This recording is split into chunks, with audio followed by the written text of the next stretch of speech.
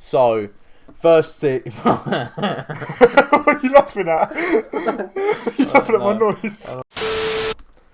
Welcome back to the Britball YouTube channel. Today, we are carrying on our series. We have finished the AFC East and we are now moving on to the AFC North. And today, we are starting with the Cleveland Browns. Yeah. The Browns is the Browns, in famous words. Poo colour. Poo and orange colour. Today, we're having a detox from alcohol. We're a bit wounded from this weekend. So very expensive we're weekend. on a detox in the week, so no beers today. Yeah, I've finished my Oasis, basically. I don't even know if they have that in America, you know.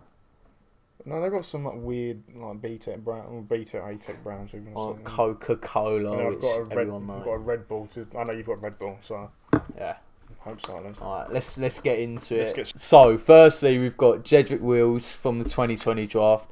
He was one of the 4 tackles taken pretty early on. One of the big 3 that everyone thought would go quite high. Taken in between Andrew Thomas and Mekhi Becton, so good company. He had a bit of a mixed bag of a first year. He was part of a very, very, very, very, very good O-line. Yeah, the best in the Football League, without a shadow of a doubt. Baker Mayfield had good protection all year, so you think, yeah, he's been pretty solid, and he has, as you can see on the screen, his strength has been pass protection. He's 13th best in the entire league. As a rookie, of course, that's amazing, but then he's been really weak in the run game, and you wouldn't think that, considering their run game's amazing with Chubb, but he's been pretty weak in that area, and he's beaten by quick edge rushers, which is not good for a tackle, but he's only his rookie year, you know. Yeah, I think when you're joining the best, well, it was probably one of the best O-lines before he joined. Then you get this man as well to give him an extra bit of protection for Baker. He's obviously going to have a brilliant season, whether it's carried by the stats around him or himself. Pass protection, yeah, he's been brilliant, but I think where his flaws stand out the most, because the Browns have a very good run game, when you don't live up to helping the run game in his lack of rush blocking, your flaws show more when you're very run central in the offense. But he's had 2 playoff games as well. It's not bad for a first season. He's got a huge ceiling. He's been great at protecting Mayfield. It just needs to work on helping the running backs. But apart from that, you can't fault him. He's been very good. Controversial. Who's going to take this one? I'll start with him. Oh. He's year 3 now, this man. First overall, I remember 2018, that was the stacked quarterback class, wasn't it? Yeah. There was a few names of who could go first. Was it Baker? Would it be Darnold? There was obviously it was just them two. It was just them two, yeah. But I remember I watched the draft video yesterday, actually. Rewatched it, and the commentators were almost surprised that he went first as opposed to Darnold. But out of Oklahoma, he's started 45 of his 46 games. 75 touchdowns, 43 picks, with a 62% completion percentage overall. It's weird because I don't think there's many year 3 people in the NFL where you're still unsure whether he's good or not. Yeah. He's got a very big arm. He's got the weapons around him are amazing. He's got the best O-line in football. Is that to compensate though for the potentially low ceiling that this player has? Yes. Yes. Yeah. I know you think one way. Even the Browns are unsure whether to extend him. Yeah. So you've just come off your 3rd year, his best year in football. He's got the playoffs. He's got what you wanted him to do, but there's still question marks around him because he's not. There's something there that's missing. He can run the ball. He can pass the ball. He's can't run. He's athletic. He's not. I think he is. He can get out of the pocket. He's not. He can get out of the pocket, I think. But he misses underlying coverage as well when he throws sometimes. That's with 43 picks. He does miss a lot of coverage that in the deep field, and it's frustrating to watch sometimes. But he's had his best season, but even then we're not convinced by him as a person. He's no good. You don't like him. I know you don't. No, the guy's average. He's just first overall, and you've got a guy that's not the tallest. He can't do everything. He can't run. He couldn't outrun the police. He couldn't outrun the police. And, he's just not special. First overall, you want your guy to be special. Yeah. And, yeah, he set the rookie record for touchdowns, I think, but that's been passed by Herbert now. And, yeah, he had that great first season where he finally got some W's for the Browns. But then since we've seen an average quarterback, that has really been helped by the system around him. I think if you whacked him in a system that isn't run first, he'd be exposed. So we've given him a B. It's not even that bad. No, I think a B's fair because we're still unsure. Like, we don't know if he's good or not. And some people love him, some people hate him. I'm in the middle. I think give me one more year to look at, then I'll make a decision. I'm full on Colin Coward. You're full on Colin Coward. Denzel Ward. I like him, but you think he's a bit... I'm just part of a secondary that's got passed all over. Yeah, I think if you look at a secondary overall, the Browns' secondary sucks, and it has done for a while. But if you look at it individually, it's probably not hard, but this guy is your best corner. Yeah. He started 36 out of the 37 games he's played. In that time, he's got 7 picks, 2 forced fumbles, 3 returns, and 143 combined tackles. In 2020 alone, he had the 3rd lowest passer rating allowed against him. He doesn't give away that many penalties. He did have some tackling issues going into year 3, but year 3 he sorted it out. But at the same time, he has not played a full season in the 3 years he's been there. He's always been injured at some point, one way or another. Yeah, I mean, he's decent, but then I'd want 4th overall. I want a lockdown guy like Jalen Ramsey who can cover anyone. Yeah. I mean, with Denzel Ward, he's undersized for the position. He's not a sure tackler. If you get a big wide receiver on him, he's just going to get bitched. So, yeah, he's not a lockdown guy. He's not a bust. And if he was taken later on in the first round, we'd probably be giving him better value, probably like a B or a B+. Because he's 4th overall, admittedly, your teammates aren't helping you in the defence as well. But if you're 4th overall, you're meant to be that guy. At the moment, is actually the next person we're coming on to. And you get a better corner taken after him. Yeah. So Jair Alexander, definitely. And this man. Next up, Myles Garrett, helmet swinger. Taken 1st overall from Texas Tech. Yeah, I mean, a very good player. One of the best in his position, if not the best. And still has a lot of potential to grow. Yeah. He's not even been in the league that long. And as you can see on the screen, he fills out the stat sheet. 13 sacks, 4 forced fumbles, nearly a 90 PFF grade.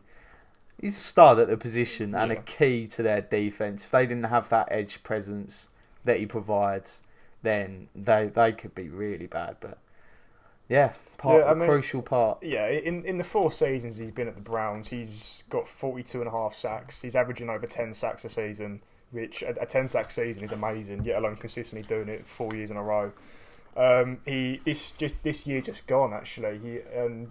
He was, at the start of the season, I remember people saying he could be Defensive Player of the Year until he got his positive COVID test, and he never really came back the same person, but he still had a brilliant season.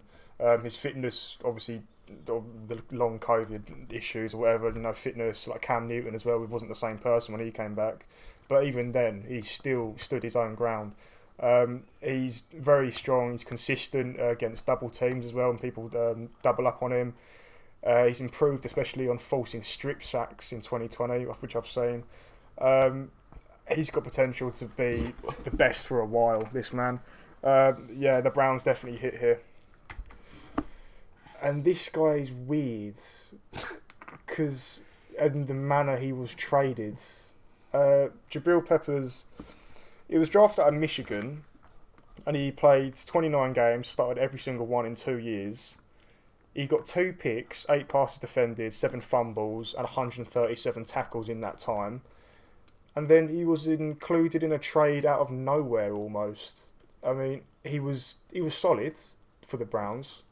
And then OBJ comes in next season in place of him. They've swapped a defender for an offensive player because their offense sucked. So they got rid of one of their best players, and he was as it says at the bottom, the minor part, because they traded a first round pick and a second round pick as well as another player for OBJ and Oliver Vernon. He got switched around a lot as well between strong and free safety. I mean, he did fairly well in both, but the trade came as a shock, and we can only really judge him on the 2 years, and it's not a massive time to look at someone.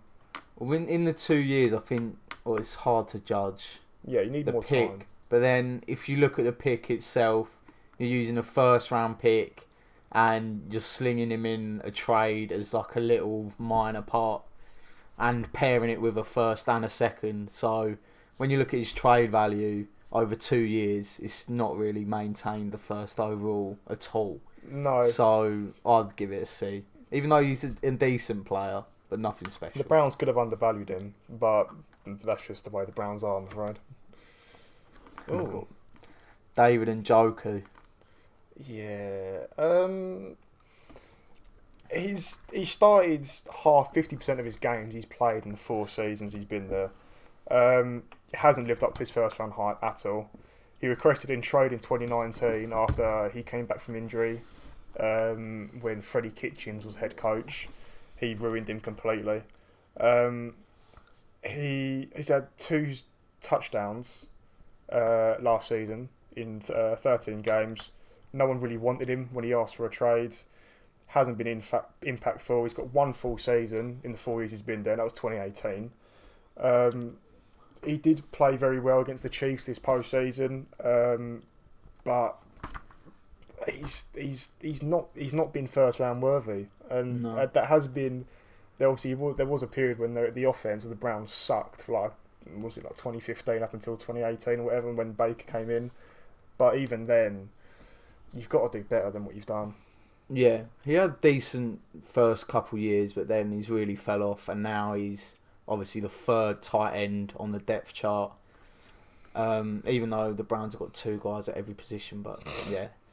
He's number 3 on the chart now, so you'd expect him to get traded and probably do alright somewhere else. He's a good, speedy tight end. They've exercised his fifth year option though, so they've got another year. They've got another year with him. So shit. I don't know why they've done it, but they're rocking 3 tight ends. Corey Coleman. This is just bust written all over. This was Brown's pick.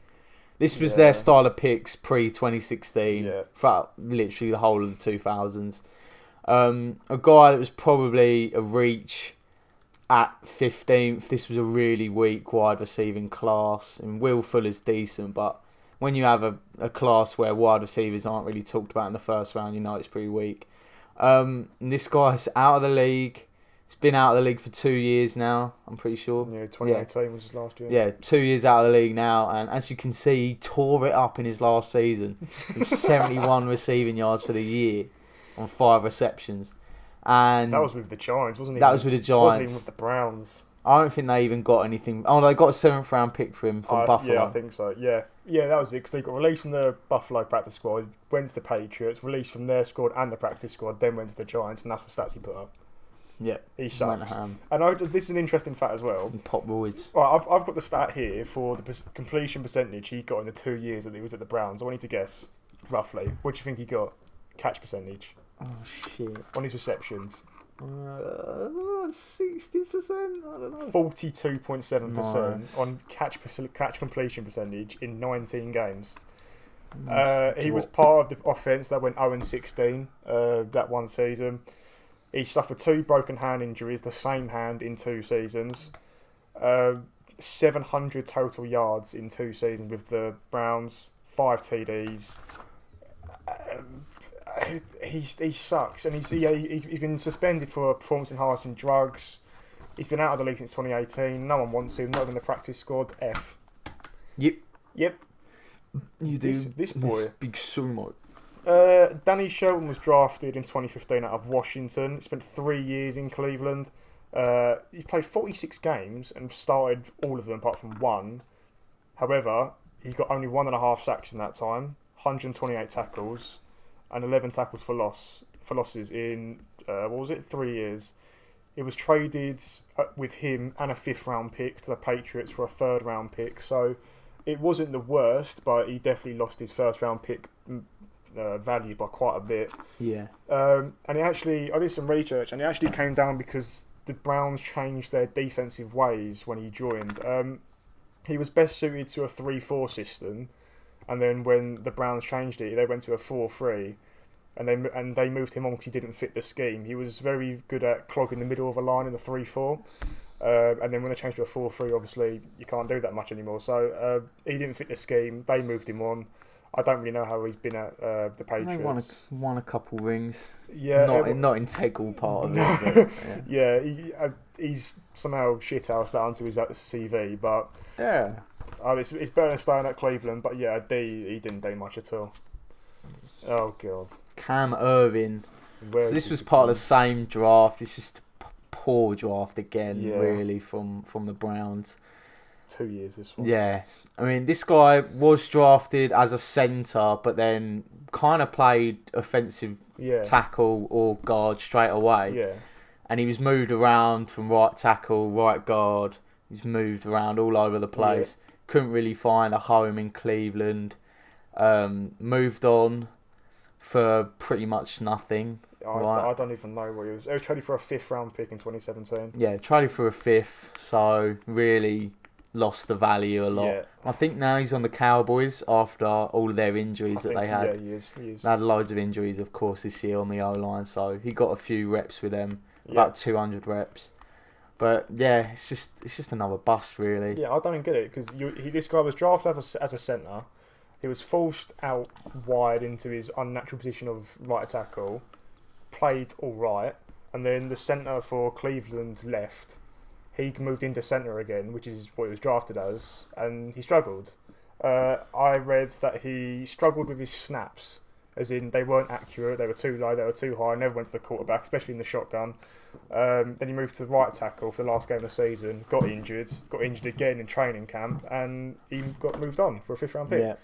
So that's the last 5 years worth of the Browns, and I think the best way to sum it up is they started awful back in 2015, and in recent years they've done all right.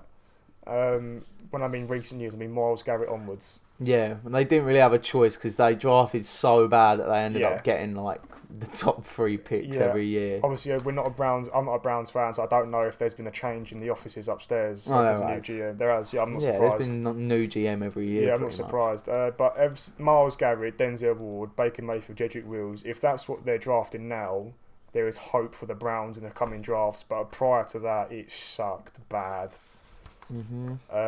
But yeah, that's the Browns. That's the Browns. That's 8 picks in 5 years worth of 1st round picks they've had. Yeah. And half of them have been good, half of them have sucked. You've got to take. And they really should have done better. Yeah, you've got to take advantage if you've been given 8 picks in 5 years. Yeah, I mean, it took a while for them to rebuild, but now they're here. Next video we will be doing, or next part of this series we'll be doing the Baltimore Ravens. Yeah. Not sure what the video after this one's going to be. There's a few. There's a few in the works. You wait and see. Might be some alcohol-related adventure. I don't know.